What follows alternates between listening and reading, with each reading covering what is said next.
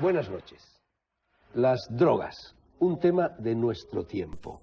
Ese es el asunto, vasto asunto, tenso asunto, contradictorio, dramático y conflictivo asunto hacia el que hoy va a dirigir su luz, o su tentativa de luz, el fanal instalado en el copete de El Faro de Alejandría.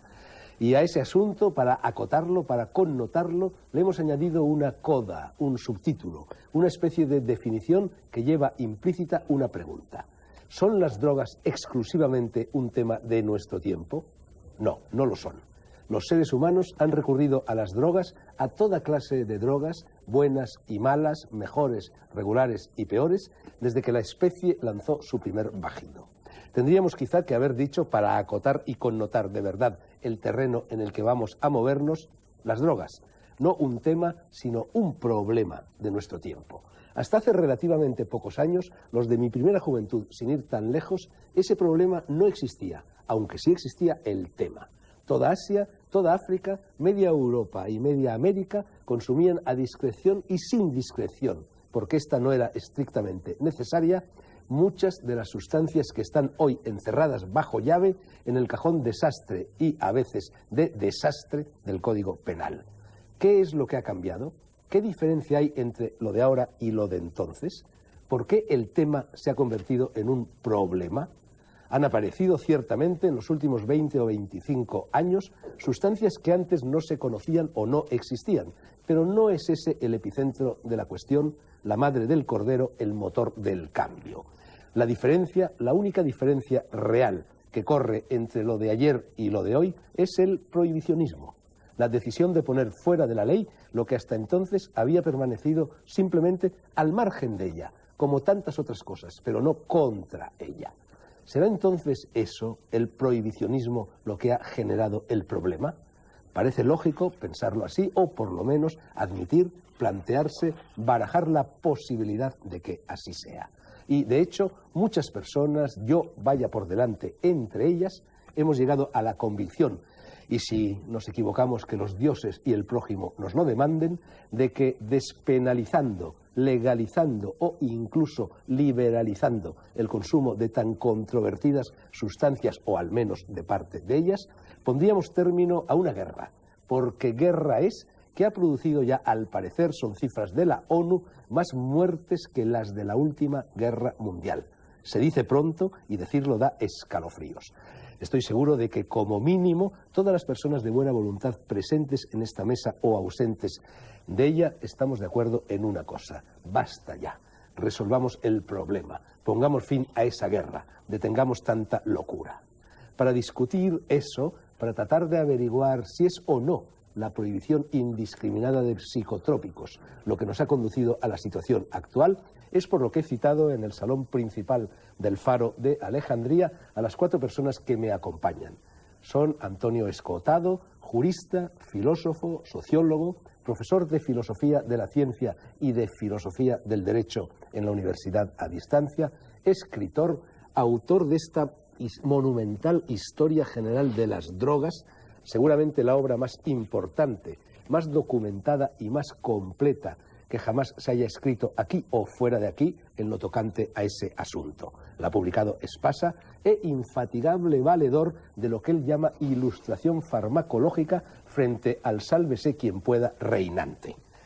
Tenemos también a Jesús Sánchez Martos, doctor en medicina, catedrático de Educación Sanitaria en la Universidad Complutense, aunque creo que ha cambiado últimamente ese nombre, ¿no? Ahora se llama de Salud Pública, Educación para la Salud, director de Relaciones Institucionales del Instituto Complutense de Drogodependencia, autor de muchos trabajos sobre distintos aspectos de su especialidad y titular de un vasto currículum en cuyo detalle no podemos entrar. Como tampoco podemos hacerlo, se nos iría el programa entero en el currículum de mi tercer invitado, que es José Carlos Rocañín, doctor en Medicina y Cirugía, médico forense titular en situación de excedencia, autor de muchos libros, 2 de ellos al menos tratan de drogas y de drogodependencias, y miembro del Consejo Asesor del Observatorio Español sobre Drogas, que está incluido en el Plan Nacional de Drogas. Por último, junto a Escotado nos acompaña también el doctor en Medicina por la Universidad de Ámsterdam, Erik Fromberg, que lleva más de 30 años trabajando en el tema y el problema al que vamos a dedicar la primera parte de este programa, que ha publicado decenas de trabajos sobre todo eso y que actualmente es miembro del Instituto Holandés de Salud Mental y Adicciones y profesor del Instituto Holandés de Criminología, en el que se encarga de la formación de los policías que trabajan en este campo, en el de las drogas. Se supone que Eric Fromberg y Escotado son antiprohibicionistas y que Jesús Sánchez Martos y José Carlos Fuentes Rocañín juegan en el equipo oficialmente ganador hasta ahora del prohibicionismo. Tal es por lo menos el reparto de papeles que a priori, y mientras no se demuestre lo contrario, hemos establecido. A lo mejor salen luego por peteneras. Me gustaría haber contado también con la presencia de algún representante de la justicia, un juez o un fiscal, y de algún representante de la administración, de la política oficial española, central o autonómica, relativa al problema. Pero no ha sido posible. Todas las puertas se nos han cerrado, todas las personas a las que hemos tanteado nos han dicho que no, que preferían no opinar en público sobre el problema que nos convoca. Curioso, ¿no? Después diré algo más sobre este cerrarse en banda a algo tan civilizado como lo es, valga la redundancia, la discusión civilizada.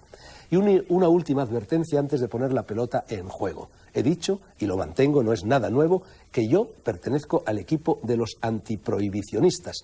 Pero añado que no estoy aquí como jugador, sino como árbitro, como moderador inter pares, como presentador del programa y que, por lo tanto, como mandan los cánones, seré o intentaré ser escrupulosamente neutral y dejaré colgadas mis convicciones al respecto en el perchero del vestíbulo de esta casa, que es la vuestra y la de todos ustedes, la de todas las personas agazapadas al otro lado de la pantalla. Sé que en muchos momentos del debate voy a tener que contenerme, que tascar el freno, pero el oficio es el oficio. Una primera tanda de preguntas y luego Anchas Castilla. Escotado, en primer lugar, inevitablemente, dos palabras sobre este hermoso tocho, cuya primera edición apareció en 1989, lo hizo en Alianza Editorial, pero entonces eran 3 volúmenes de bolsillo. Ahora, en cambio, es, bueno, casi la enciclopedia británica, ¿no? Sí, hemos intentado hacer un índice analítico y un sistema de referencias cruzadas de manera que sea fácilmente manejable. En mi primera versión había que leérselo. Ahora no hay que leérselo. Ahora depende, si quieres leértelo, te lo lees, pero si lo que te interesa es un asunto determinado, y es lo que han hecho los informáticos que han trabajado sobre ello y yo, que les he ayudado, si lo que te interesa es un asunto determinado, buscas el asunto determinado. Bueno, esto que dices, Escotado, es una faena para los lectores, porque yo que me he leído varias veces ese libro, bueno, aseguro que es un gozo leerlo, así que esperemos que no les desanime en la lectura estas facilidades que les das. Escotado, ¿ha habido en otros momentos de la historia y en otros lugares de la geografía situaciones análogas o paralelas o consanguíneas de lo que ahora está sucediendo? Lo más parecido, prácticamente lo idéntico, es la ley seca en América, que también es o sea, el paquete de ley seca incluye alcohol, tabaco, juego y prostitución. Ese es el paquete que se impone desde el año 13 al derogar, digamos, el impuesto que gravaba tabaco y alcohol. Se crea un nuevo impuesto que es el de la renta sobre las personas físicas, el income tax. O sea, empieza a pagarse clase política, porque ese impuesto, el impuesto directo, en realidad se destina a pagar clase política, porque se calcula que Estados Unidos va a perder entre 20 y 30 millones de dólares anuales por no gravar alcohol y tabaco. En algunos momentos de la historia y en algunos sitios de la geografía se ha llegado a prohibir incluso el chocolate como droga adictiva y peligrosa, ¿no? El chocolate, el café y el tabaco. El chocolate no ha llegado a tener pena de muerte, pero el café y el tabaco en Europa en el siglo XVIII y XIX han llegado a tener pena de muerte, y el tabaco en Oriente Medio, en Persia y en Turquía, pena de muerte, y además con tortura previa, o sea, con desmembramiento de los individuos. Jesús Sánchez Martos, director del proyecto de investigación El reto de la libertad. Aquí tenemos un vídeo que recoge algunos de los aspectos de ese trabajo. Se trata de un proyecto patrocinado por la Unión Europea y destinado a la prevención de la drogodependencia en el medio escolar. Jesús, yo no sé si aquí hay una contradicción interminibus, y perdóname la pedantería, porque por una parte se supone que tú eres partidario de que no se despenalicen las drogas y por otra parte hablas aquí de libertad, de reto de libertad. Yo te agradezco además la pregunta, porque cuando nos presentabas decías muy bien que unos pertenecen a un equipo de los que están en contra de la prohibición y otros a favor de la prohibición, y entonces yo creo que debería ser expulsado por este árbitro neutral, o al menos sacarme la primera tarjeta amarilla, porque realmente estoy jugando con un balón que no es el que tú has puesto en juego. Yo quiero decir en principio que no soy en absoluto antiprohibicionista, jamás lo he sido, jamás he sido prohibicionista. Es decir, a mí las posturas dogmáticas me han parecido siempre un poco fuera de lo normal, y por eso yo creo que las posturas reduccionistas pueden llevarnos a que este debate no sea... Bueno, pero al menos estás en contra de la legalización de las drogas. Es que esto yo creo que es fundamental. Quizás esto es lo que haya que debatir. Quizás haya que debatir qué es legalizar, qué es despenalizar o qué es liberalizar. Si yo hubiera entrado en este estudio y hubiera visto un cartel que hubiera puesto prohibido fumar, te hubiera hecho un comentario y te hubiera dicho, mira, ¿por qué en vez de poner prohibido fumar no pones que aquel que fume piense en los demás que no fuman? Porque ahí es donde empiezan las libertades de las personas.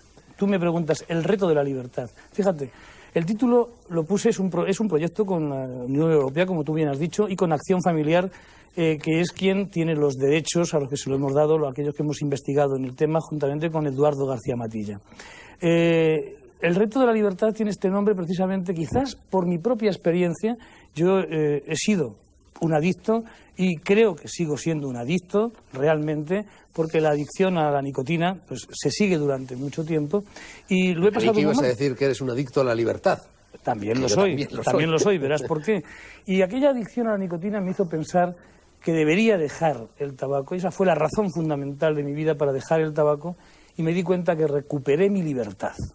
Este vídeo está dirigido, este programa dura un año. Es un año en el que el maestro y los padres tienen que trabajar con los niños de 8 a 14 años y en los que les intentamos educar en valores y en un valor muy importante que es la libertad.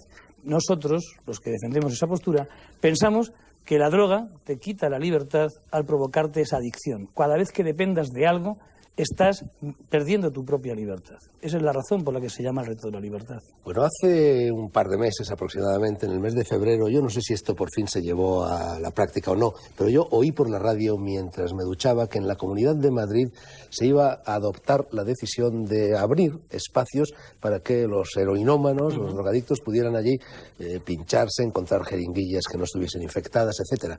Yo no sé si eso por fin ha sucedido, si va a suceder, pero en cualquier caso, ¿qué te parece esa iniciativa? Bueno, a mí esa iniciativa me parece positiva, porque lo que se está buscando, a mi juicio, es un control sanitario importante de aquellas personas que al final están decidiendo y están tomando heroína, que tienen una adicción.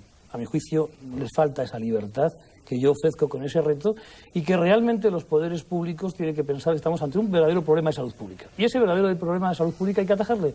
Y sí que para atajarle tenemos que facilitar a estas personas que la inyección de heroína se tenga que hacer con una jeringuilla limpia. Ahí están los intercambios de jeringuilla y yo a favor de ello. Y si para eso hay que poner esas tiendas de campaña o esos habitáculos especiales para que les garanticemos una salubridad en el rito de su inyección, pues adelante. Otra cosa muy distinta es el liberalizar para que cualquier persona que no esté enganchada a la droga se pueda enganchar.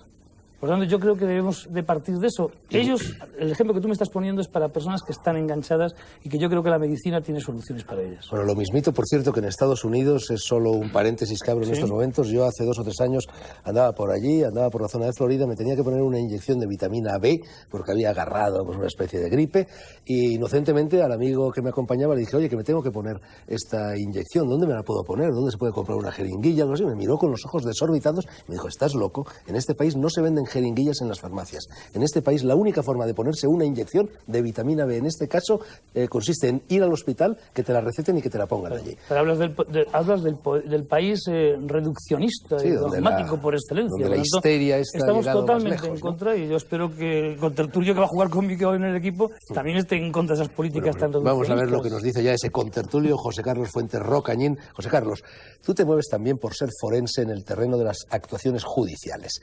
Muchos policías, me consta, son partidarios de la legalización, como mínimo, de las drogas llamadas blandas, principalmente el hachís y la marihuana.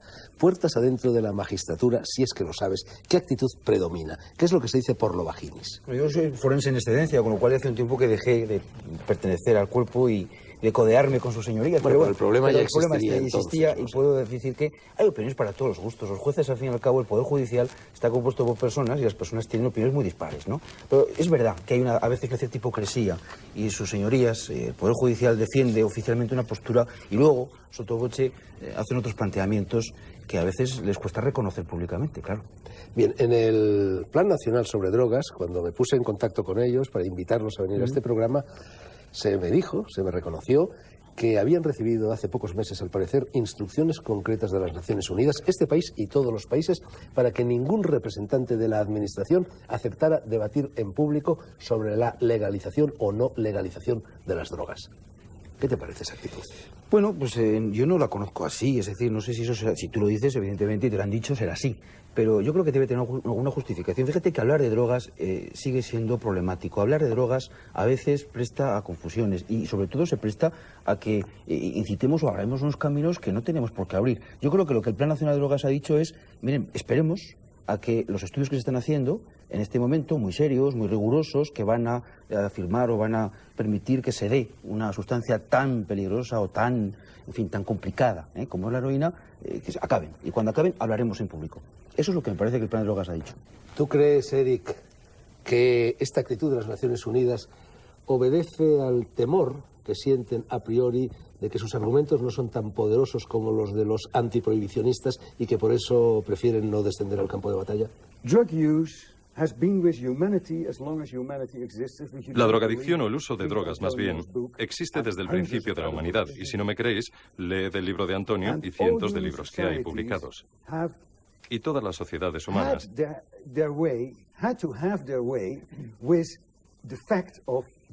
han tenido que adaptarse al uso de estos fármacos, de estas drogas psicotrópicas. Todas esas sociedades han creado reglas, normas sobre las drogas. A veces normativa legal, otras veces normas sociales, de tipo social. En mi país, por ejemplo, la gente dice que no se debe beber antes de las 5 de la tarde. Y es una norma, una regla, que no aparece para nada en nuestra legislación, pero que la mayoría de la gente cumple con esa norma social. Así que no solamente hay, digamos, leyes, normas, normativa legal, sino también normas sociales. Yo soy antiprohibicionista, porque la regla actual es que no se deben utilizar las drogas nunca. Y me parece que es una locura, teniendo en cuenta que es un fenómeno que lleva existiendo desde el principio de la humanidad. Con eso no quiero decir que no quiera que haya una serie de normativas. Y esas normativas, esos reglamentos, dependerán o tendrán que depender de la situación sociocultural de cada país o de cada lugar. Con eso tampoco quiero decir que los países no tengan derecho a prohibir el uso de ciertas sustancias, teniendo en cuenta su situación. Pero yo soy antiprohibicionista porque creo que esa regla de decir no, impuesta por Estados Unidos a todo el mundo, me parece que es una locura. Me parece que es una locura decir no sin más. Una auténtica locura. Es como lo de quemar a las brujas. Una locura. Necesitamos un sistema en el que el uso de las drogas se pueda regular, pero en el que el uso de las drogas, per se, sea legal. Que se considere a los ciudadanos como personas responsables. Y si se comportan de una forma irresponsable, por el uso de las drogas, por haber consumido una droga, no se les lleve a detener por haber empleado drogas, sino por un comportamiento irresponsable. El alcohol evidentemente es legal, pero ¿no estáis de acuerdo en que un conductor bebido debe ser detenido incluso antes de que empiece a conducir? Así que yo creo que las normas, las leyes, para regular el uso de las drogas son algo necesario, pero la prohibición per se no nos permite desarrollar, establecer reglas, porque continuamente se introducen nuevas sustancias. O sea que yo soy un antiprohibicionista y quiero legalizar las drogas. Quiero que se legalicen. Quiero que se pueda regular el uso de las drogas. Porque por lo que hemos estado comentando esta mañana y esta tarde, doy por sentado que todos estamos de acuerdo en que realmente el comercio de drogas hoy es totalmente libre, es que la prohibición no tiene nada que ver con la normativa. Y de una forma u otra, lo que necesitamos son normas, normativa. ¿Qué tipo de normativa? Pues dependerán de la situación local. Pero olvidemos eso de la prohibición global. Eric, casi un cuarto de siglo lleva ya funcionando el experimento de los coffee shops, los famosos coffee shops de Ámsterdam y también del resto de Holanda. A mí me gustaría, porque quizá no todos los espectadores saben en qué consiste estos coffee shops, me gustaría que explicaras con mucha brevedad qué son los coffee shops de Ámsterdam y del resto de Holanda y cuáles han sido los resultados después de casi 25 años, más o menos por ahí, de funcionamiento. Bueno, creo que en primer lugar debería explicar que estos coffee shops no han sido un experimento. El fenómeno de los coffee shops es una consecuencia lógica del modo en que los holandeses abordan todas las cuestiones sociales. En primer lugar, para el derecho holandés es un medio, nunca un fin en sí mismo. Tenemos leyes, las aplicamos, pero cuando la aplicación de una ley o de unas leyes lleva a resultados que no eran los que pretendía esa ley, existe la posibilidad, que me parece que es una parte esencial de nuestro sistema legislativo, tenemos la posibilidad de no aplicar la ley. Es una prerrogativa que tienen todos los fiscales, el no ir en contra de algo que vaya en interés del público, algo de interés público. De manera que la década de los 60, el fenómeno, el uso del cannabis, surgió en Holanda, al igual que en la mayoría de los países del norte de Europa.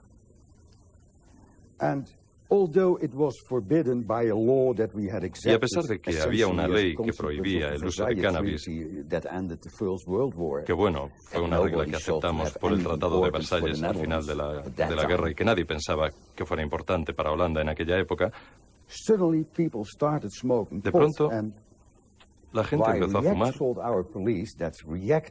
porros. Y bueno, pues la gente iba en contra de la ley. Pero vamos, se dieron cuenta, la gente empezó a decir, esas son una serie de fármacos y de drogas que son malos para la salud y que alteran. Bien, pues las cosas estuvieron así hasta que hubo un debate. Lo que hacen los holandeses cuando debaten algo es crear una comisión estatal. Y durante muchos años yo siempre he preguntado por qué hacen los holandeses lo que les aconseja una comisión. Es como las comisiones, el Hafer en Estados Unidos, otras en Gran Bretaña, otras en Canadá, que más o menos daban el mismo tipo de consejo, pero lo tiraban luego por la borda, no les hacían caso. Pero en Holanda, nuestro gobierno dijo, vale, muy bien. Si ustedes piensan que esta es la mejor manera de abordar ese tema,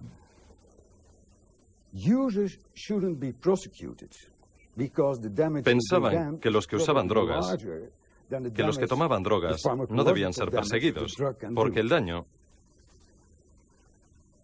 evidentemente, tendría que ser comparado con el daño farmacológico que puede causar la droga. Y lo que hicimos fue establecer una distinción entre las drogas blandas y las drogas duras. Las duras se definieron como drogas que nunca habíamos experimentado en Holanda, porque este tipo de consejos se empezaron a dar antes de que tuviéramos el llamado problema de la heroína. Nuestro problema a lo mejor era el cannabis, y la verdad es que no era un problema real, así que ¿por qué forzar una ley?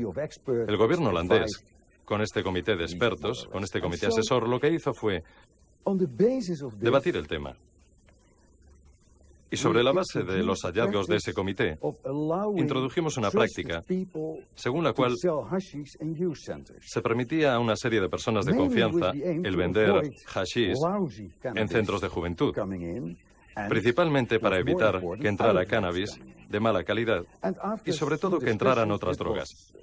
Y después de varios debates y discusiones, pues esta opinión fue aceptada y se enmendó la ley, se cambió la ley, porque la verdad es que nuestras leyes eran bastante. Erika, muy brevemente, porque ahora ya sí que tenemos la publicidad encima de nuestros hombros. En los coffee shops hay ciertas limitaciones. Solo se pueden adquirir de una vez, si no estoy equivocado, y creo que no lo estoy, 5 gramos como máximo de cannabis o de marihuana y, bueno, una determinada cantidad de hongos alucinógenos, en general del género psilocibes, ¿no? ¿Es así? Sí, es verdad, es así. Estas normativas, en un principio, las establece el fiscal nacional, el fiscal general del Estado, que es el que dice qué se va a hacer, porque es un sistema en el que no podemos legalizar, porque el cannabis es una sustancia ilegal, así que la manera de regularlo es dando instrucciones a los fiscales locales. Y una manera de hacerlo es introduciendo un límite de 5 gramos. Un límite de 5 gramos para un consumidor holandés, bueno, para mí, tengo suficiente para 3 semanas. O sea que eso no es un problema, porque hay un coffee shop a la vuelta de la esquina de mi casa. Pero solamente en el caso de los que quieran comprar en cantidad para exportar, existe esa limitación. O sea que nosotros imponemos esa normativa como un gesto amable a los países vecinos que están preocupados de que sus jóvenes vengan a Holanda a conseguir estas drogas. Esos jóvenes que debido a su sistema represivo tienen problemas. Y yo me alegro mucho de que mis hijos estén expuestos a la situación holandesa, porque eso hace que no sea tan interesante. Y yo creo que es la forma más segura, de regular algo. Cuando mi hija tenía 10 años y el hijo de un vecino vino a casa, encontró que teníamos una mesa muy grande, donde teníamos whisky, teníamos ginebra, teníamos varias cosas y también un montoncito de, bueno, una sustancia, de cannabis. Y yo de vez en cuando, pues me fumaba un porro. Y cuando el hijo de mi vecino se dio cuenta, le preguntó a mi hija, y yo les oí en la conversación, le preguntó, ¿eso qué es? Y mi hija le dijo, es hachís. Y él le preguntó, ¿pero qué es hachís? Y mi hija le dijo, bueno, es como una hierba que mi padre, de vez en cuando, mete en su cigarrillo para que sepa mejor. Igual que echarle especias a la carne. Y, claro, la noción esencial que tenía mi hija con 10 años era que esto era una cosa que uno hacía de vez en cuando, ocasionalmente, para tener un mejor sabor. Así que decidme qué diferencia hay con la diferencia de un buen Ardanza, de un buen tinto Ardanza, como el que hemos tomado en el almuerzo. Así que para mí eso es educar. Cuando papá lo hace, no puede ser tan interesante, ¿verdad? No crea tanto atractivo, ¿no? Durante la pubertad, eso es muy importante. Pero ha sido ilustrativo. No, es que además me va a resultar casi imposible cortarle a Eric Fromberg porque en inglés no sé cómo se corta. En cualquier caso, ahora la publicidad, ¿eh?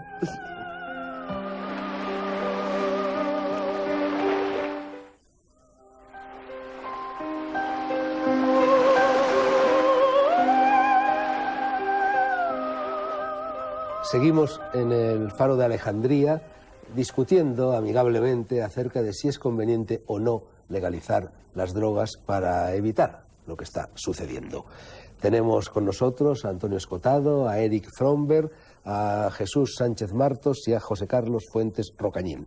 Vamos a ver, antes de pasar ya la pelota a los contertulios para que hagan con ella lo que quieran, vamos a ver unas cuantas opiniones de personas solventes. Yo recomendaría que no se recurra a ellas más que en situaciones muy controladas, muy limitadas, y que se hiciera, como dicen ahora, de otras actividades humanas, hay que hacer una ley orgánica de no sé qué, de la salud, de lo que sea, pues habría que hacer una ley orgánica de la droga, pero nunca decir se suprime, porque además no es posible, no va a ser posible. Lo que está claro es que en la situación actual no progresamos en el problema de la droga, sino que estamos estancados. O sea, con la prohibición actual y con la consideración de la droga como un delito y sus problemas delictivos, estamos absolutamente estancados y quizás habría que pegar un golpe de timón en este aspecto. Si se trata realmente de ayudar a los drogadictos, que yo creo que ese es el tema que nos convoca, yo creo que al drogadicto no se le ayuda dándole más de lo mismo.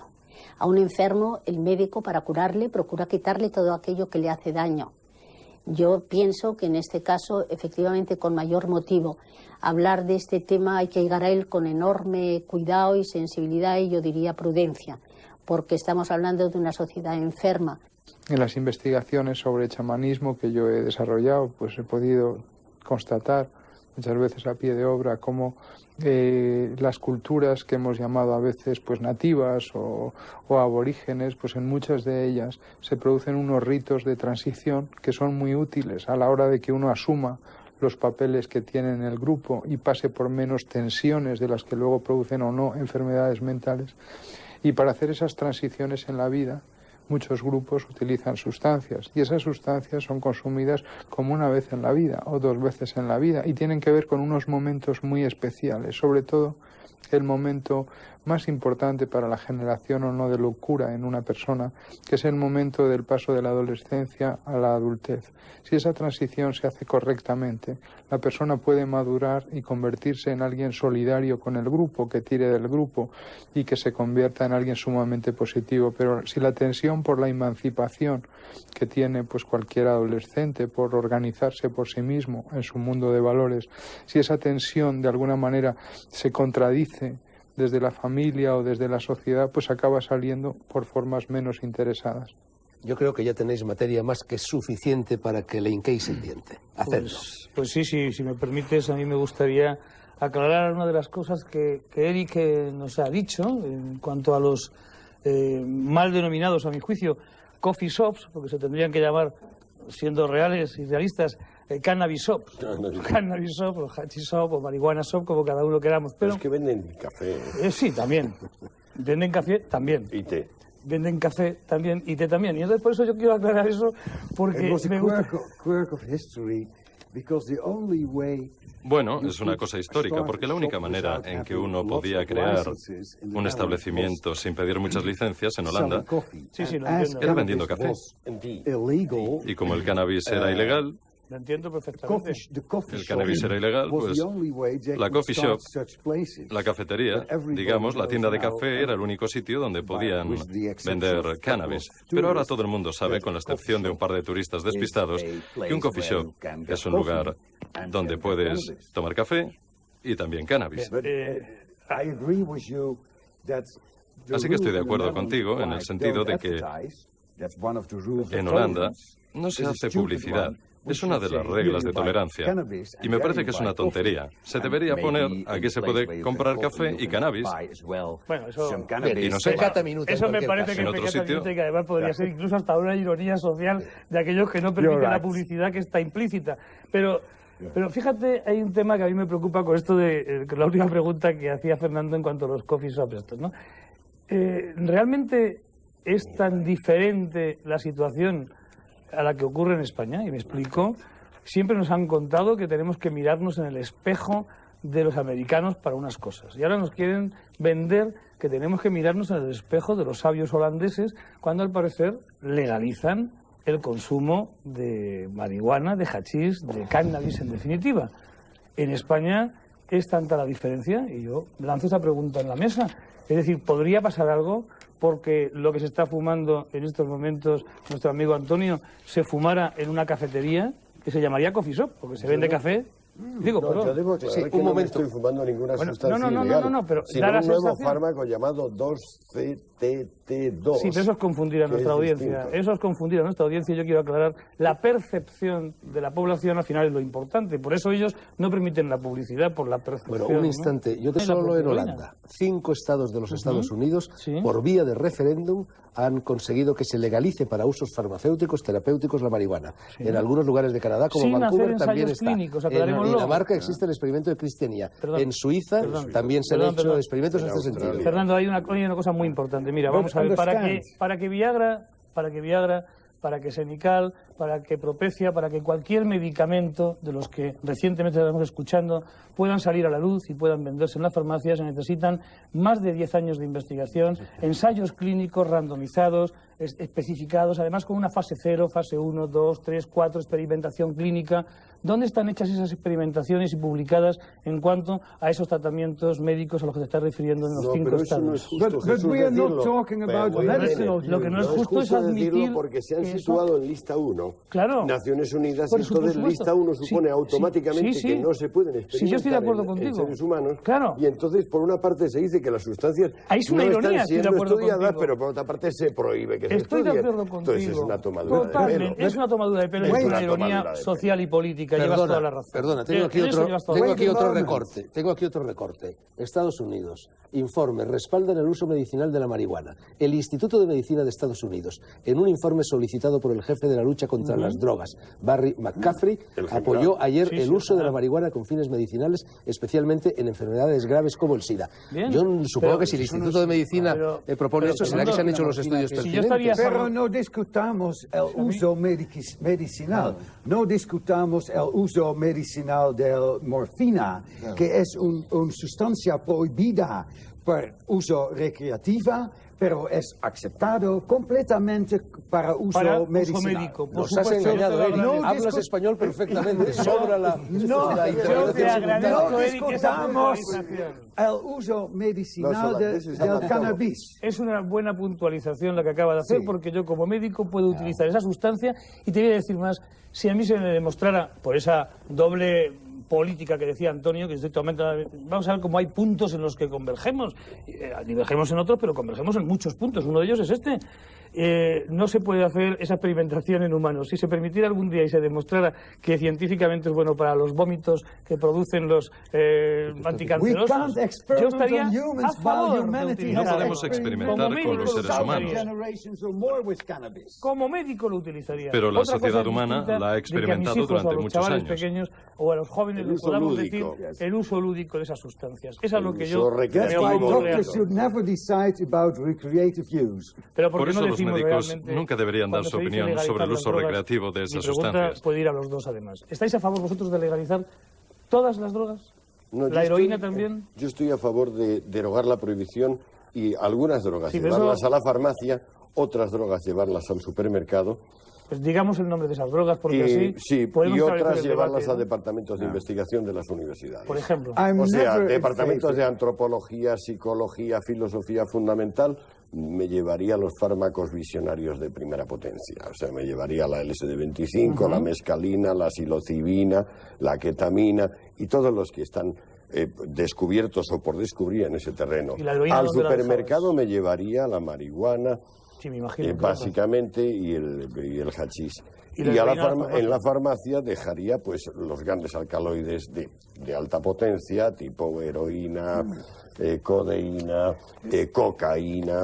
Entonces, ¿por qué este trato de favor a unas y este trato de desfavor a otras? O todos o ninguno, ¿no? No, yo creo que porque todas, evidentemente. Sí. No, yo voy a introducir quizá un sesgo un giro en la conversación. Yo soy un psiquiatra clínico, es decir, yo soy una persona que todos los días me tengo que vadear en un terreno difícil, torear un toro que es el toro del drogodependiente, de la persona enfermo que sufre su pérdida de libertad frente a las drogas. Yo creo que lo que hay que hacer es fundamentalmente informar verazmente, informar con trabajos científicos, pero ojo, informar. Informar no es deformar la realidad, ¿eh? Yo estoy absolutamente de acuerdo que el alcohol es una sustancia, es una droga mal llamadas, decimos, duras blandas, una droga dura, muy dura. Pero durísima, y que tendríamos, posiblemente sea la droga que más daño puede producir. De cada 100 personas que están en un hospital, ingresadas en cualquier hospital de la Seguridad Social, en nuestro país 15 lo están por el alcohol. Esto creo que es un dato importante. Y 25 en los servicios de medicina interna. Pero legalizar el alcohol no ha conducido al fin del mundo. No, pero lo que está conduciendo es a que tengamos un montón de problemas derivados del consumo de alcohol. Con matices, ¿no? Sí, y si se prohíbe, como sucedió en la ley seca que antes citaba Escotado, los resultados son todavía peores. Que desapareció la cirrosis hepática, desapareció la cirrosis hepática en los Estados Unidos. Ahí haría falta, por ejemplo. Bueno, desde un punto de vista estrictamente médico, desarrolló de una forma notable, muy notable. Lo que pasa es que habría que matizar. Me parece que usted, como psiquiatra clínico, usted está en una situación... Bueno, imagínese lo siguiente. Imagínese un marciano, alguien que vive en Marte, que no sabe nada del mundo y que ha oído hablar sobre el uso de los coches. Y viene a la Tierra y no sabe nada de la Tierra. Y entonces me pregunta a mí, ¿cuál es el efecto de los coches, de la conducción de coches? Imagínese, yo le podría llevar a un departamento de traumatología de un gran hospital y le podría mostrar un montón de pacientes colgando en la cama, y le podría decir, este es el efecto de la conducción de coches. Esa es la postura que usted está adoptando. Y esta mañana, cuando empezamos a hablar del tema, lo admitió. Usted dijo que tiene una experiencia muy sesgada. Muy sesgada. Usted analiza el departamento traumatológico, en cierto modo, del consumo de drogas. Pero por otra parte, digamos que vamos al Salón del Automóvil en París, donde vemos esos coches maravillosos, con chicas guapísimas, y vemos a los hombres que se les cae la baba. Pues eso evidentemente da también una impresión muy falsa de lo que es tener o conducir un coche. Cuando hablamos de las drogas, lo que se presenta oficialmente, la versión que se presenta oficialmente es la del Departamento de Traumatología. Todos hemos oído hablar de esos adictos a la heroína, etc. Pero nunca se habla de los consumidores de drogas como gente normal, gente como yo, que de vez en cuando consume alguna droga. Y el ciudadano responsable, como yo, que paga sus impuestos, maduro, estable y sano psíquicamente, ese ciudadano quizá podría llegar a hacer un consumo racional y ponderado de determinadas sustancias. Pero ¿y el adolescente? ¿Y el muchacho joven que está empezando su despertar a la vida? Y el deber mental, y el anciano. Sí, eso es lo que decía antes. Es lo que conté sobre mi hija. Es precisamente lo que decía sobre mi hija. Ya, pero de todas formas habéis dicho algo muy importante. Se ha hablado además de esto que presentaba Fernando, yo creo que con muy buen criterio, y yo se lo agradezco, alcohol y tabaco. Quizás tengamos que plantear también si el alcohol y el tabaco es una droga. Sabéis que muy recientemente, hace mes y medio aproximadamente, el Plan Nacional de la Droga ha retomado el tema e introduce el tabaco y el alcohol dentro del plan de prevención. Si yo tuviera ahora mismo que clasificar las drogas, que de luego no es mi intención y estoy en contra de la clasificación, igual que Antonio también, otro punto de convergencia entre drogas duras y blandas, desde luego yo diría que el alcohol es la droga más dura que existe, la que se lleva más jóvenes continuamente, y nada más que tenemos que ver las frías estadísticas de cada fin de semana. Pero decíamos, ¿está legalizado? Y yo me pregunto, ¿realmente está legalizado el tabaco y el alcohol o está legalizado con matices? Yo creo que está grabado fiscalmente. Y legalizado con matices, porque los chavalines no pueden tomarlo, ¿no? Sí, pero es muy fácil, por ejemplo, para los chavales beber la provisión que tienen los padres en la casa o cogerles un paquete de tabaco. Por eso he dicho que se deberían vender en los supermercados. Si yo fuera responsable... Los niños en España, no conozco la situación de Holanda en cuanto a los niños en España con 12 años comienzan a beber y toman lo que aquí se llama calimocho, que es refrescos de cola con vino barato además. Eso sí que es drogadura. Claro, perdón, pero es que esto es muy importante. No, un momentito, déjame terminar el argumento. Estos chavalines no tienen ofertas de ocio ni ofertas de cine más baratas, es decir, para que te hagas una idea tú, al cambio, con $2 ellos se pueden coger un colocón de mucho cuidado, y esto es lo que ellos dicen y esto es lo que hacen, y para ir al cine necesitarían al menos $6 o $7 por la entrada del cine, más luego las palomitas que a todos nos gusta tomar en el cine. Por tanto, fíjate si es importante lo que quiero aclararte, porque la legalización del alcohol no ha llevado al no consumo de alcohol en los chavalines pequeños. Es que no va a haber no consumo. Pero eso no es el problema. Pero esta será la postura vuestra. Pero esta será la postura vuestra. La mayoría de los... Lo que hay que hacer es subvencionar las películas del cine. Eso es lo que hay que hacer. Yo estoy de acuerdo. Estoy de acuerdo con el problema como lo planteas, pero a mí me gusta resolver estos problemas de una forma diferente. Yo diría que si el alcohol es la forma más barata de pasárselo bien para estos chicos, ¿por qué no subvencionamos el cine? Totalmente de acuerdo en lo que estás diciendo. Digamos que ¿ves cómo al final, un 1% de los ingresos por impuestos de alcohol se puede utilizar para subvencionar el cine para los jóvenes. Un 1% de los impuestos de alcohol que pagan los adultos. De esa manera sería más barato para los jóvenes ir al cine que beber alcohol. Y si yo fuera el jefe, el que regulara el consumo de drogas en Holanda, la primera medida que tomaría no sería legalizar el cannabis, sino más bien prohibir la venta de cualquier forma de alcohol, de cualquier tipo de alcohol en los supermercados. Yo diría que el alcohol se debe vender en tiendas especiales para vender alcohol. Y esas tiendas de alcohol deben ser controladas. Y no deben permitir la entrada a los niños o a los jóvenes. Y lo mismo ocurre con el tabaco. Yo no creo que las sustancias psicoactivas deban venderse de la misma manera en que uno vende, yo que sé, azúcar, harina o pan. Yo sé que ese tipo de regla a lo mejor no se podría aplicar en una cultura como la sudamericana, donde el beber vino forma parte natural de la vida. Y se toma cuando... ¿Qué nos contabas antes? 24 now. Bueno, ahora cuando tenía la edad que la que contaba a su amiga que era eso y era hierba y mi padre lo toma de vez en cuando para cambiarle el sabor del cigarrillo y decías que esa es la educación y la formación, ¿no será que los niños también están consumiendo el alcohol y el tabaco? Las estadísticas aquí, igual que en el resto de Europa, están entre los 11,8 y 12,2 años, dependiendo de en qué país.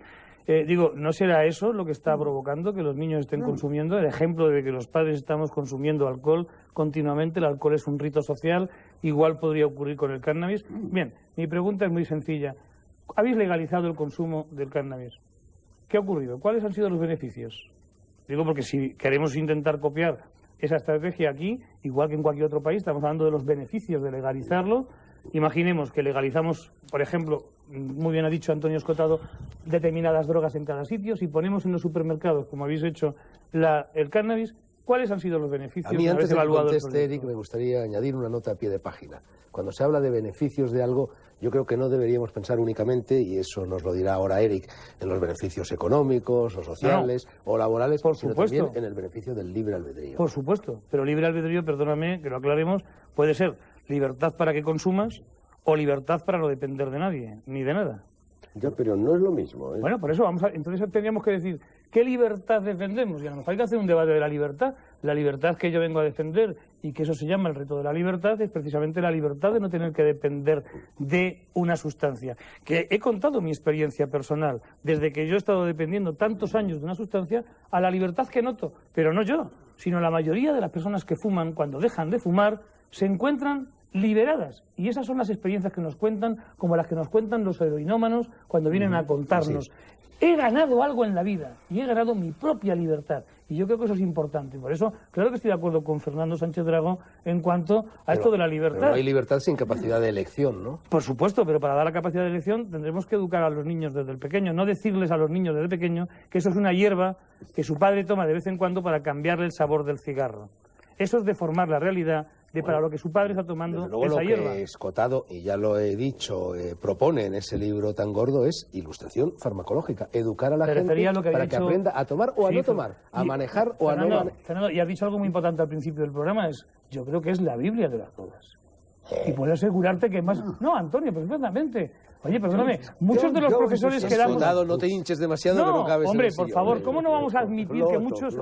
Pero ¿cómo no podemos admitir que muchos de los profesores que damos clases de drogas no venimos a estudiar o a leer las referencias de esta obra? Sería injusto admitirlo, y te vuelvo a decir que yo no estoy a favor de ninguna postura reduccionista ni dogmática. Pero otra cosa es el ejemplo que contaba Eric con su niña, en la que yo creo que eso es deformar esa información que yo defiendo con los niños. A los niños hay que decirles la verdad de la verdad. Hemos pasado aquella etapa en la que no había que decirles a los niños que los pegamentos eran unos hilarantes, por si acaso los tomaban, o que la acetona de las uñas era un hilarante, por si acaso el niño se drogaba. Al niño hay que darle la información, igual que hay que decirle dónde está el botiquín de urgencia en casa.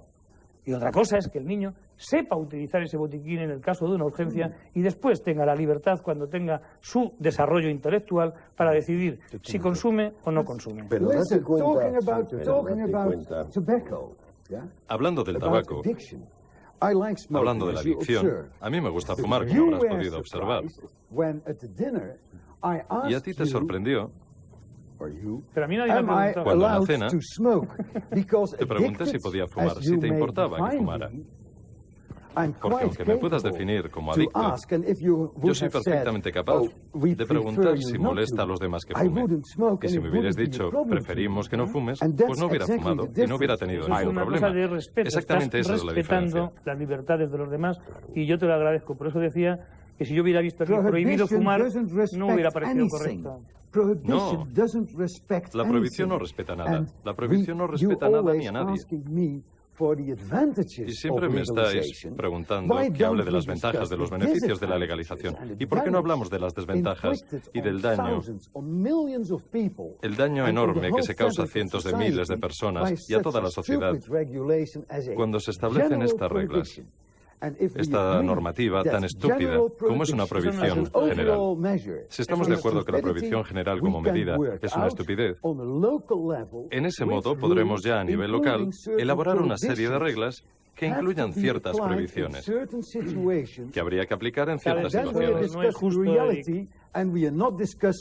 De esa manera hablaríamos de la realidad y no estaríamos hablando de algo imaginario y de algo inexistente, como podría ser un mundo sin Eric, drogas, perdona, si yo te porque realmente por no las existen ventajas, personas sin y tú drogas. me dices por las desventajas de la situación actual, tendría yo que decirte, ¿acaso sabemos las ventajas de una hipotética solución, de un hipotético planeta donde estuvieran permitidos todas las drogas? No, ¿Sabríamos no. cuántas personas jóvenes podrían consumir esas drogas y engancharse a esas drogas? Sí tenemos datos.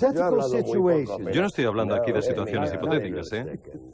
Sí sabemos un par de cosas en materia de drogas. Una, que de cada 16 personas aproximadamente que toman un fármaco ilegal, solo una comparece ante un psiquiatra o un servicio de atención social. Es decir, que afortunadamente una abrumadora proporción de seres humanos, a pesar de las condiciones tan desagradables del mercado negro, donde nadie sabe lo que está tomando, donde le pueden a uno dar gato por liebre, donde se pagan tremendos precios, donde hay que estar en contacto con ambientes criminales, a pesar de eso, una abrumadora proporción de los seres humanos pasa su experiencia de consumir una droga ilegal sin pedir ayuda de nadie y enriqueciéndose espiritualmente con ello. Esto no podemos olvidarlo. Vosotros dos vivís de tratar a personas que no saben, afortunadamente, 1 de cada 16.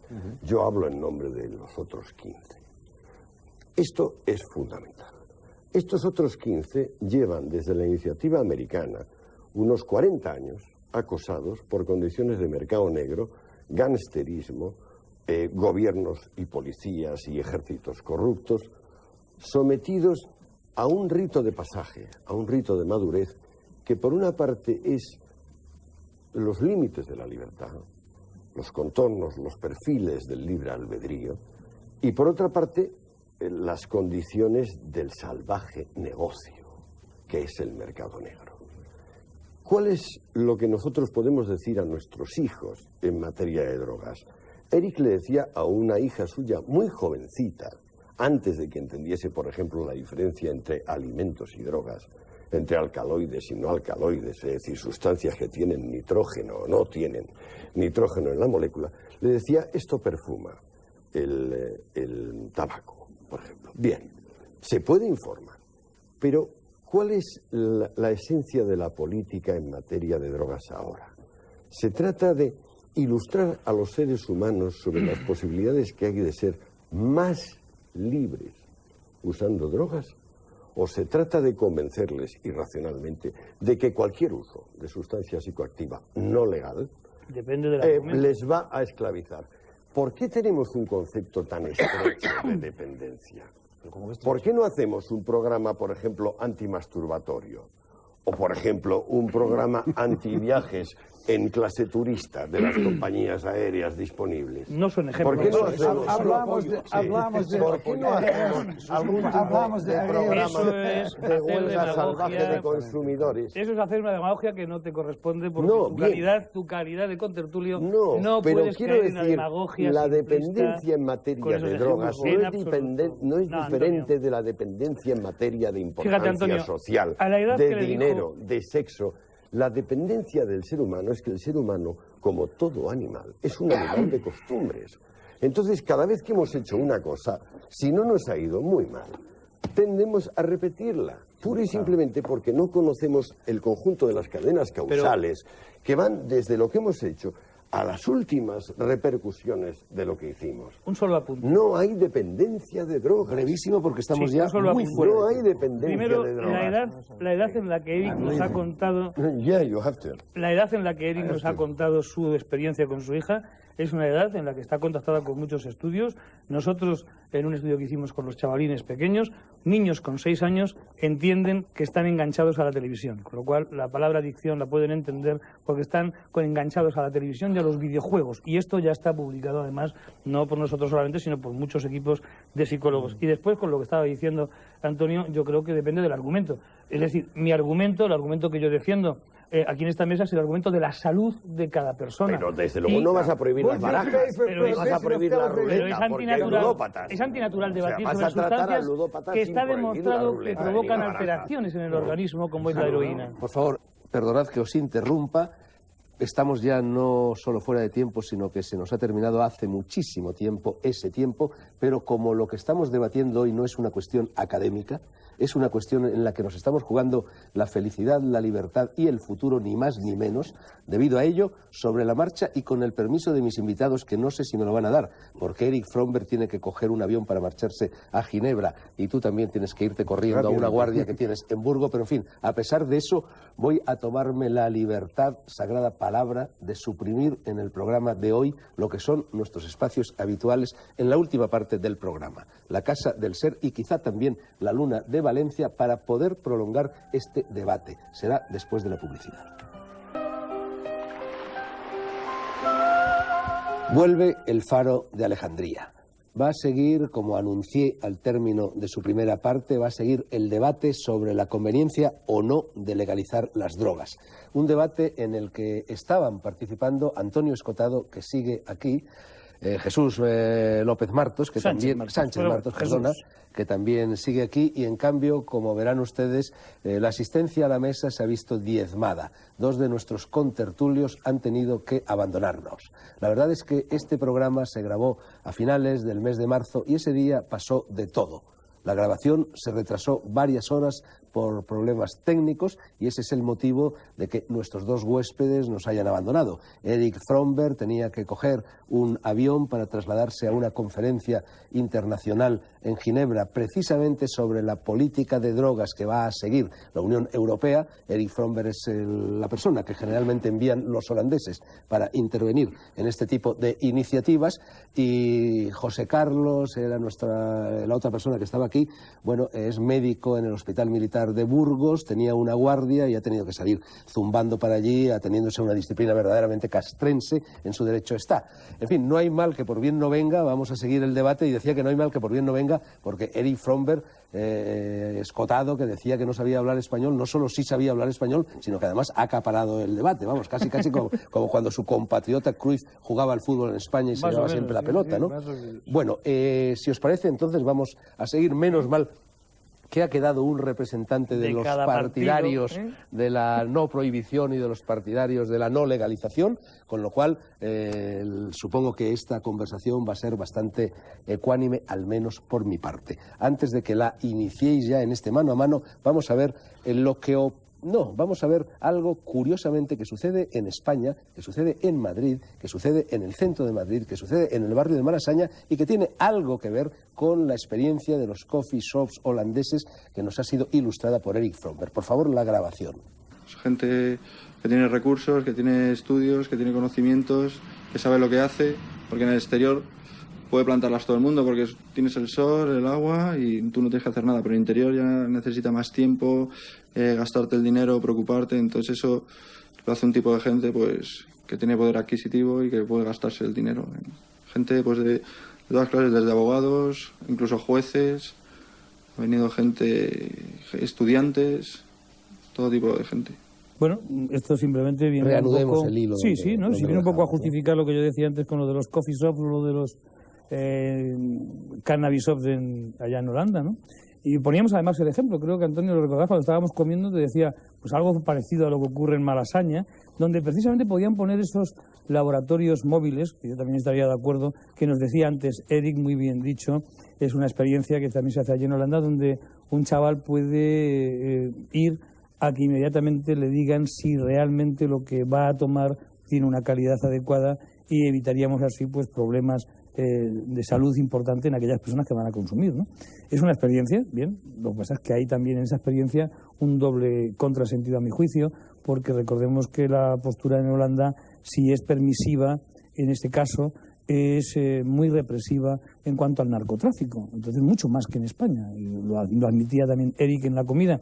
Y el hecho de que un chaval pueda ir con esa sustancia a ese laboratorio móvil a que te digan qué tal está, qué tal calidad tiene, lo que hace, por supuesto, al gobierno es controlar las zonas donde se está vendiendo y donde posiblemente se pueda estar traficando, ya no a un nivel bajo, que quizás hacen más la vista gorda, sino a un nivel mucho más importante. Y yo creo que Antonio pues también está en esa línea. Esa es la transición, digamos, de la política de prohibición pura, que se ha estado vigente en los últimos 30, 40 años, al cambio que ahora, incluso en Estados Unidos, incluso en Naciones Unidas, que es el foco de los halcones hiperprohibicionistas, se llama de reducción del daño. O sea, ya no se trata tanto de mantener una política tipo de queremos un planeta libre de drogas, aunque lo diga Pino Arlaki, que es el director de las agencias sobre drogas de Naciones Unidas, pero este es un hombre que, pues, no sé, es un poco penoso decirlo aquí públicamente, pero Arlaki ya se ve en su apellido sus conexiones con las gentes del sur de Italia, que tienen tanta relación, por otra parte, con otra parte de la distribución de las drogas ilícitas. Durante mucho tiempo ha sido otra cosa muy distinta del zar de Naciones Unidas. El caso es que la política de reducción de daños significa no pretendemos una sociedad libre de drogas. Pretendemos que se acceda a las drogas con la misma carga de amor propio y de conocimiento que al resto de las actividades de la vida, a la vida sexual, a la formación en ciencias duras, a la formación en ciencias blandas o en humanidades, como se llama de otra forma. O sea, pretendemos una normalización en este terreno por el bien de todos. Y claro, lo que no se puede hacer es una normalización en este terreno si cuando vas a comprar un antibiótico te dan una aspirina, y si cuando vas a comprar una aspirina te dan un antibiótico. Y esto es lo que está pasando en el mercado negro. Cuando los holandeses, básicamente por iniciativa de Fromberg, pusieron en marcha el programa Safer House, que significa textualmente casa más segura, casa menos arriesgada, lo que hicieron fue coger sus institutos toxicológicos y ponerlos a disposición del consumidor y de la sociedad. De manera que cada semana publicarían un listado muy completo de todo lo que habían encontrado en el mercado negro, y diciendo, aquellas pastillas que tienen esa forma, esas pastillas tienen tal proporción de tal sustancia. Esos polvos que se venden como cocaína o como heroína, pues estos tienen esta composición específica y tienen... Entonces, claro, el sistema de sobredosis accidental, que es el que padece prácticamente todo el mundo prohibicionista, se suprime. Puede haber una sobredosis, pero ya será voluntaria. O sea, las personas sabrán qué es lo que toman y se suicidarán si quieren sin embargo, suicidarse. Pones dos casos muy válidos. Estás poniendo el caso de la aspirina o estás poniendo el caso de cualquier antibiótico.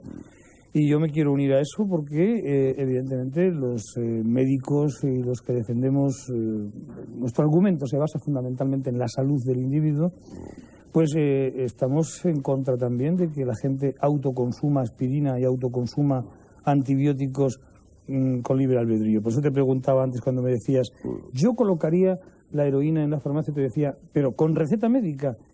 Y me decías, bien, pues con receta médica se está haciendo en estos momentos en España. Es decir, yo quiero aclarar. Cortocircuitado por el gobierno. Bueno, por supuesto, lógicamente, pero quiero aclararte. Hombre, permíteme que yo como médico te diga que sí, ¿no? Porque lógicamente, pues hablamos al principio del programa con nuestro conductor. Hombre, sería interesante que recordase lo que está pasando en Andalucía. Sí, por eso, que quería recordarlo, digamos, ¿no? Los programas autonómicos de distribución gratuita y legal de heroína están siendo cortocircuitados sistemáticamente por el gobierno central. Pero ahí es donde yo quería llegar, porque precisamente a mí no me interesa que la población tome aspirina por tomarla, y está ocurriendo, porque cada vez más hay más población en este país que toma una aspirina diaria o a un fármaco similar para evitar el infarto de miocardio. Y posiblemente porque nos han escuchado algunos de los médicos que participamos en algún medio decir que la aspirina ayuda a prevenir el infarto de miocardio, lo que no han cogido porque no grabaron bien o no escucharon bien o no supimos explicarnos bien, que es lo más posible, pues es que era la dosis de una aspirina infantil. Y hay mucha gente que está tomando una aspirina de adulto, que son 500 miligramos, y así aprovecho para decirles a nuestros oyentes que si lo hacen, que lo hagan en condiciones. una al día, infantil. Yo tomo 150 miligramos de ácido acetilsalicílico. Lo decía porque lo escuchaba, lo decía porque lo escuché antes, y haces muy bien, y precisamente esa es la dosis, entre 100 y 150 miligramos diarias, pero fíjate tú la diferencia a tomar esa sobredosis. Esto es cultura farmacológica, esto es cultura farmacológica. Bueno, yo le llamo educación para la salud, pero sí es así. Lo hace por automedicación. Lo que no podéis pedir los médicos es que de repente renunciemos los demás seres humanos a nuestros poderes de discernimiento, pero fíjate, y cada cual resulta que uno dice que le sienta bien la vitamina E y el otro que el ácido acetilsalicílico. Pero Fernando me ha preguntado, y además así, pues con esa confianza que nos da esta mesa de tertulia, que estoy encantado de estar con vosotros, Fernando me dice, oye, Jesús, ¿hago bien con 150 miligramos? Y digo, sí, lo que no me ha preguntado es si hace bien haciéndolo él solo, como automedicación. Si me hubiera preguntado, y aprovecho que has sacado todo el tema, digo, pues no, Fernando, deberías hacerlo con el consejo de un médico. Pero es que otra antes cosa es que la clase consulte médica, al cura, y ahora dicen consulte al médico. No. Otra cosa es que los médicos estemos perdiendo la credibilidad, que ahí también te daría la razón. Que la clase médica, que los profesionales de la salud estemos perdiendo credibilidad. Debido a un fenómeno universal de colusión de los recetadores y los laboratorios. No me saques otra vez ese debate tan antiguo de que antes se hacía caso al de la sotana negra y ahora al de la bata blanca. Que ahora recetan los médicos las medicinas más caras y cobran un porcentaje de los laboratorios. Hay policías específicas destinadas a levantar este fraude en todo el mundo. Permíteme que en la comida te recordaba que esa postura de que la sotana antes y ahora la bata blanca es tan antigua como yo también te podría decir. Hace 50 años, 70 años, cuando una persona tenía una pulmonía, lo que ahora ya sabemos que es una neumonía, pues iba el cura, el de la bata negra, el de la sotana, a dar la extrema unción. Ahora va el de la bata blanca, ahora va el de la bata blanca a dar la solución, que es distinto, y la solución se llama penicilina, en sus diversas formas. Pero ese antibiótico, ¿cuántas vidas? ¿Cuántas heridas ha salvado en la guerra? Es decir, que yo creo que lo que no podemos olvidarnos es de la medicina basada en la evidencia. Existe esa evidencia, y la evidencia que puede existir en el caso de Fernando, y no te quiero llamar con esto viejo en absoluto, ¿eh? No, lo soy. No. Empiezas a ser mayor y maduro, y eso es importante, la edad de la madurez. ¿Qué tiene que ver esto con lo que estamos hablando? Pues muy clarísimamente. Te decía lo de la automedicación que decíamos en la farmacia. ¿Es importante el tomarse esta aspirina? Sí. ¿Puede tener efectos secundarios? Claro que sí. Te puede estar provocando una pequeña erosión en alguna de tus mucosas intestinales. Sí, una úlcera. Y entonces por eso los médicos deberíamos de controlar ese tipo de sustancias. Debo estar clarísimo, porque lo hago hace muchos años. Bueno, de todas maneras, normalmente Jesús, esto ocurre muy pocas veces. Para tomar este tipo de iniciativas, o cuando tengo alguna dolencia, lo primero que hago, no voy al médico, pero tampoco me automedico, me voy a la Biblioteca Nacional, me informo, leo libros, y luego actúo en consecuencia. Entonces te automedicas, como se llama ahora, automedicación responsable. Busco ilustración farmacológica, ¿no? Eso se llama educación. Luego me encuentro con un médico como tú y le pregunto, oye, ¿esto qué tal? Ah, pues encantado, yo estoy encantado de contestarte, pero por eso te decía antes que yo como médico ahora mismo, y además me decía Antonio, oye, aprovecha para recordar el tema de Andalucía. Y eso estoy encantadísimo de recordarlo, porque así aprovecho para decirle a nuestros oyentes, y el de Cataluña, y el de Madrid. Estoy discutiendo en Madrid ahora mismo, ¿no? Bueno, yo aprovecho así para decirle a nuestra audiencia que la solución de la metadona, a mí personalmente, tal y como se está llevando ahora mismo, a mí me parece una solución pues un tanto irónica, ¿no? Irónica, y la ironía social, la ironía política y la ironía gubernamental. ¿Por qué? Porque cuando estamos dando metadona, la sociedad tiene que saber que lo que estamos dando es otra droga, con incluso más poder de adicción que la heroína. Es decir, para que nos entendamos todas las células de nuestro organismo, para funcionar, necesitan unos receptores. Y esos receptores, en este caso, se llaman receptores opiáceos, que están ocupados por la heroína. Y entonces esa heroína, cuando llega a esos receptores de la célula, pues evidentemente hace su efecto. Yo ahora le doy a una persona que está con los efectos y con la adicción a la heroína, le doy metadona. Y lo que hace es competir por esos receptores, y utilizando los receptores con la metadona, la heroína no haría su efecto. Bien, esto es lo que estamos haciendo. ¿Para qué se está haciendo esto? Realmente, como nace al principio los programas de metadona, de sustitución de esa droga por vía parenteral inyectada, que era la heroína, la sustituimos por la metadona, que es por vía oral, lo que estamos buscando es evitar los problemas sociales, por una parte, de la heroína, los problemas sanitarios, por otra parte, del mal consumo de heroína, del mal uso de la heroína, de la mala administración con esa jeringa que puede provocarnos el virus de la hepatitis C, el virus del SIDA, todo lo que conocemos. Y además, cuando nace la política de la metadona, nace para intentar ayudar a ese heroinómano a que, no necesitando la heroína y sí dependiendo de la metadona, con un apoyo psicológico, un apoyo farmacológico, un apoyo médico, un apoyo social, esa persona quiera dejarlo. Yo quiero aprovechar para deciros que entre los fumadores, de los que yo he formado parte durante muchos años, como he recordado antes, de cada 10 fumadores, 7 quieren dejar de serlo. Y no saben ni cómo, ni dónde, ni quién les puede ayudar. Y las listas de espera en los hospitales para dejar de fumar superan los 6 meses, el año o el año y medio. ¿Cuántos heroinómanos quieren dejarlo? ¿Pero cuántos heroinómanos quieren dejarlo? Tú medicalizas todo, Jesús. Y en el caso de este particular, ya que habías empezado con la metadona y la heroína, las personas estaban colgadas de heroína, como pueden estar colgadas de ver cine porno, o colgadas de importancia social, o colgadas pues de conseguir una posición. O de creencias religiosas. O de creencias religiosas. Las personas que se cuelgan de la heroína o que usan heroína regularmente o ocasionalmente, lo hacen por el placer que obtienen, o si no, por el tipo de coartada social que les confiere. Un gran porcentaje de los yonkis, digamos, oficiales y profesionales, muchas veces ni siquiera toman heroína. Pueden tomar rohypnol machacado o algún otro tipo de fármacos. Lo que les importa es poder declararse frente a los demás irresponsables. Y decirle a su madre, a sus hermanos, a sus profesores, a sus iguales: yo no puedo hacer nada por nadie y tengo derecho a exigir que todos hagan por mí. Este es el síndrome. No es una cuestión de heroína, pero cuando entonces los que sí toman heroína disfrutan de heroína, pero si les das metadona, lo único que les das es un superadictivo sin efecto eufórico. Entonces la persona que recibe metadona seguirá buscando heroína, tomará Valium, tomará alcohol, fumará marihuana, tomará cocaína, es decir, se convertirá en un pluriusuario de drogas, puesto que una sola, la que él está buscando, la heroína, la que le da ese gusto, que le quita el dolor, esa no la encuentra. De acuerdo, pero y entonces coges a la Comunidad de Madrid o coges al Estado español y masivamente repartes metadona, lo único que haces es aumentar la demanda de heroína de mercado negro, la transformación de metadona oficial en supuesta heroína de mercado negro no sirve. ¿Por qué entró la metadona? Pues porque no se atrevieron a reconocer los programas oficiales, sobre todo los norteamericanos, su fracaso. Y entonces empezaron todos los médicos del mundo a pedir un narcótico potente y eufórico. Y en vez de darles un narcótico potente y eufórico, les dieron un narcótico potente, pero no eufórico. Sí, es lo mismo que se está metadona. Ahora y eso es el gran fracaso de la metadona, ahora se está utilizando, que no es eufórico. Ahora se está utilizando el LAM, que es otra sustancia parecida a la metadona. Lo que pasa es que la metadona dura su efecto 48 horas, Jesús, y el LAM 72. Ahora, la única cuestión de fondo aquí es ¿por qué demonios tenemos que perseguir la euforia farmacológica? No perseguimos la euforia erótica, no perseguimos la euforia intelectual.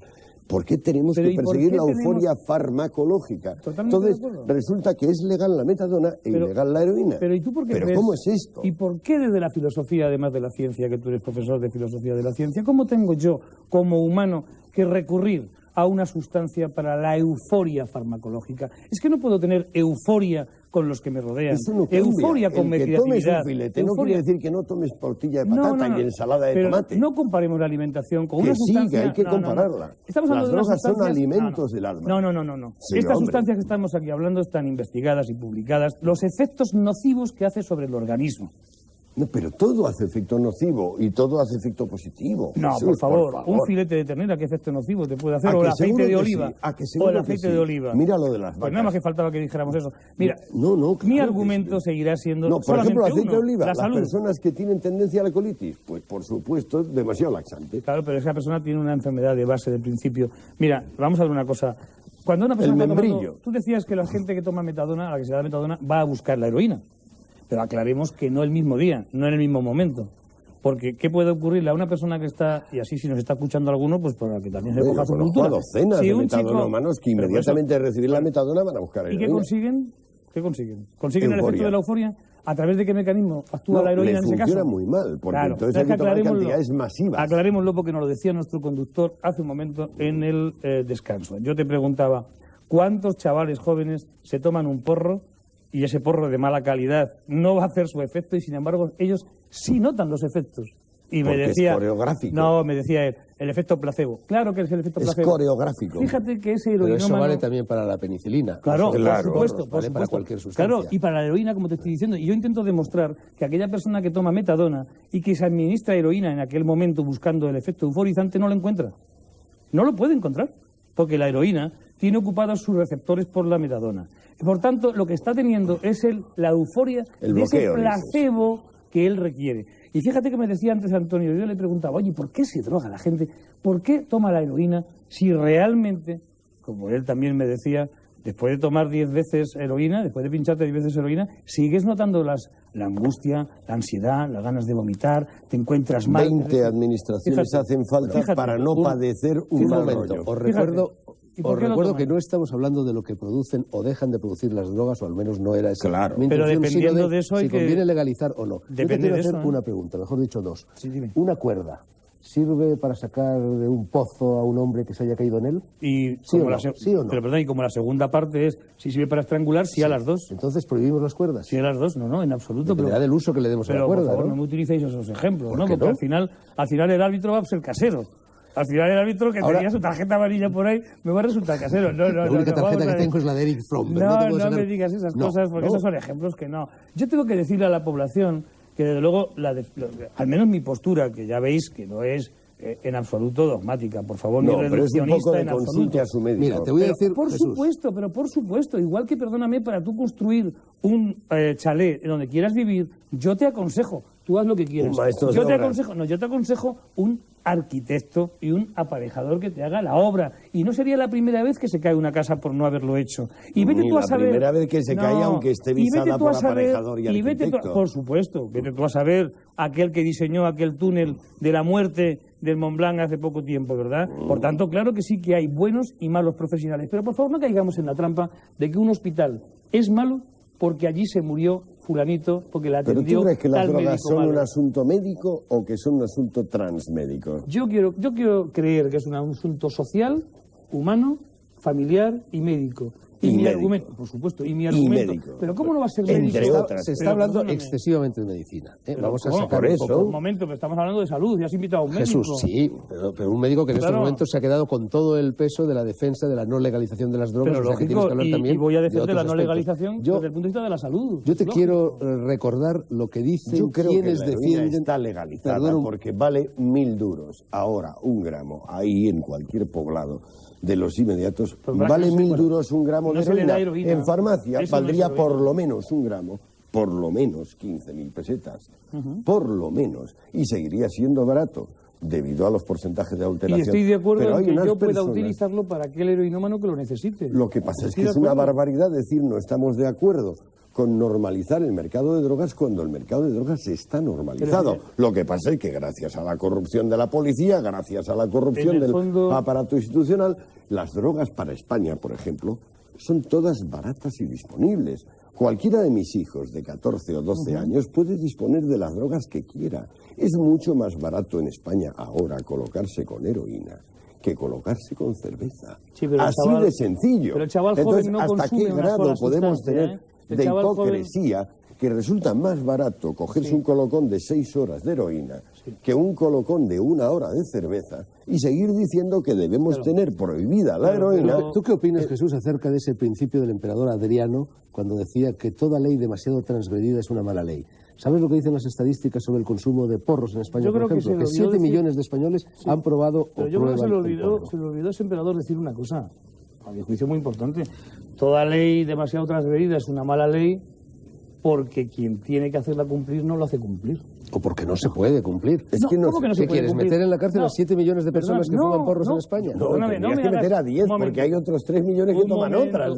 Cocaína y heroína. Un momento, porque este debate, bueno, es una lástima que se nos meterías esté a un acabando. tercio de la población. Es una lástima que se nos esté acabando el tiempo, pero al final, bueno, yo creo que nuestra audiencia estará tomando debidamente nota de todo. Pensando. Y por supuesto, reflexionando. En absoluto, señores, en absoluto, vean ustedes en mí a una persona que quiere meter en la cárcel a 7 millones de personas. O a 10. No, a lo mejor quiero meter a los 14 millones de que trafican con esos 7 millones de inocentes. Con vuestro permiso, querría añadir a todas las opiniones que hemos escuchado, las vuestras, las de los 2 contertulios que ya no están aquí, las de las personas que han intervenido por vía de pantalla, una última opinión más.